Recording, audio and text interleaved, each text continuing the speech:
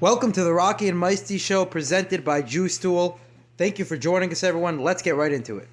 That's what I think. That is a hot take. Tell you what, Morty, I'm picking the Lions to upset here, and I'll tell you why. Oh, Rocky. Ridiculous answer. If the Ravens had J.K. Dobbins, Gus Edwards, Marcus Peters, L.J. Fort, they'd be the best team. No, I'm completely missing the boat on it. You're at the wrong dock. Meisty, what do you think about this game? The Bengals got a shot? I have here written down in my template, I have Bengals 35, Chiefs 30. I'm sorry to say it. If Bengals are going to the Super Bowl, they're the hottest team in football right now. They playoffs with Jared Goff already. They made the Super Bowl with Jared Goff already. They didn't need Matthew Stafford to make the playoffs. They had that taken care of already. They got Matthew Stafford so that they can win these big games. The most insane, crazy thing that we have never, ever seen before. Granted, they had 2 touchdowns, but I'm curious. We want to talk about legacy-defining plays and legacy-defining throws. 13 seconds, and you get the ball in field goal range. That is absolutely insane. Okay, and guess what? In basketball, you use a basketball. In football, you use a football. We continue with the most underrated players from each team today, discussing the AFC South. We got the Jaguars, Colts, Titans, Texans. Let's get right into it. Who is the most underrated player on each team? We're going to start with the Indianapolis Colts. The most underrated player, in my opinion, on the Indianapolis Colts is cornerback Isaiah Rodgers. A great coverage grade, according to PFF. If you look at the numbers, only a 63.1 allowed completion percentage, 3 picks this year. Really came out only in his third year, and played 13 games last year, played 17 games this year. Good, more production. Really, their number one lockdown corner on the outside is Isaiah Rodgers, right? I mean, most teams have that one corner that they rely on to go up against the best receiver that they're going to oppose against. And for the Colts, it's Isaiah Rodgers. So he's going to be the most underrated player for them on the outside. Colts actually do have a pretty good defense, but obviously a lot of places to improve upon. The secondary is one of them. Isaiah Rodgers is a good corner, but he should not be your number one shutdown corner. There should be more pieces there. But just being that he's not a very popular name, Isaiah Rodgers is going to be my number one, my most underrated player for the Colts. Moving on to the Jacksonville Jaguars, a team with a lot of underrated players because they really don't get a lot of recognition. None of the players on the team, even the great players on the team, don't get a lot of recognition.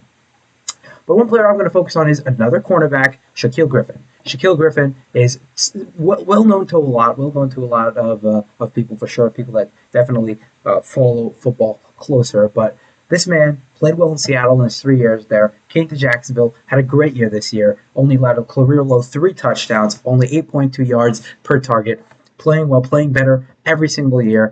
And again, like I mentioned with the Colts, they have that number. If they get one guy they want to rely on, you're going up against the Devontae Adams. That's your guy, Shaquille Griffin. That's the guy that the Jaguars are lining up next to Devontae Adams. Am I saying that's the recipe for success for the Jaguars? Absolutely not. But if there is one guy they're going to put out there, Shaquille Griffin. He's their number one corner.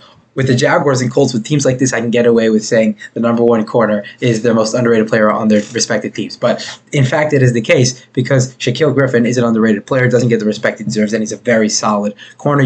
Again, both these guys, they're great number 2 corners, but not very good number 1s. So as individual players, they're great. But the problem is that they really have a lot on their shoulders. Despite the fact they're going up against number 1 receivers, they still have pretty respectable numbers. So that in itself is something impressive. So that's why I'm going to go Shaquille Griffin as the most underrated player on the Jacksonville Jaguars. Moving on to the Houston Texans. Obviously a lot to improve on for the Texans. Just traded away Deshaun Watson. Sort of a rebuild over there, right? They're going to have to see what they have in Davis Mills. But my most underrated player on the Houston Texans is Jonathan Greenard.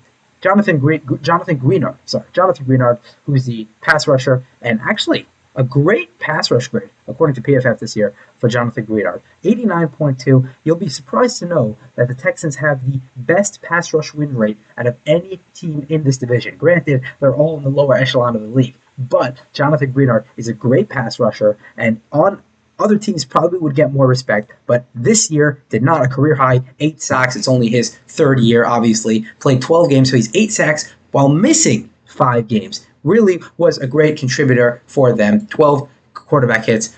And again, another roster. All the rosters I mentioned so far, well, not the Colts as much. The Colts have a better roster, but with the Texans and with the Jaguars, these are rosters that need to build from the ground up. You're really in the rebuilding process. Of course, they need to find their quarterback. The Jaguars are going to have to see what they have in Trevor Lawrence, but to have pieces and to build, as I mentioned with the Jets in the last podcast, to have pieces to build around, that is very important in itself. Even if they're not the star-studded players that are going to bring you to the promised land right away.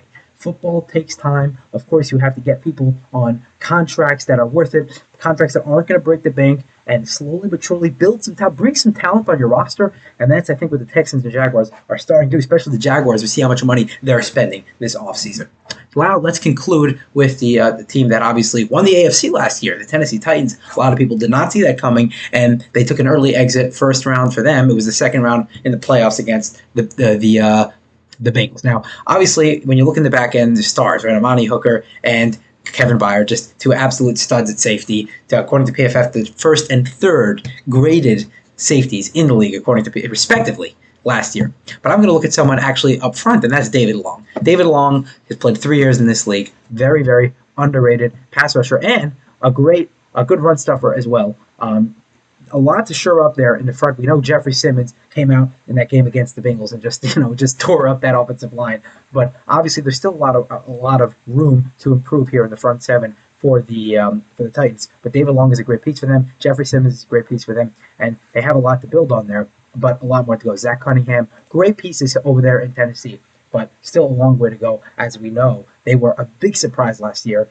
Not many people expect them to go as far as they did, and yet they still went that far because of the fact that Tannehill did play well throughout the first half of the season. They beat a bunch of great teams, that string of just beating, all these great teams. They beat the Chiefs and the Rams and the Bills, and just, all these string of wins. Will the Titans be able to repeat that? I don't know. Especially they lost Derrick Henry, who was, their workhorse, and they lost him. The running game didn't skip a beat, really, without Derrick Henry, which is unbelievable. And the passing game, without their two best receivers. Sometimes they literally had Westbrook, their number 3 receiver, as the number 1 receiver in the game for a few games this year, and they still managed to have the best record in the AFC, and an AFC that's going to be jam-packed this year. Granted, the Titans are probably the lightest division in the conference, but the AFC as a whole is going to be very tough.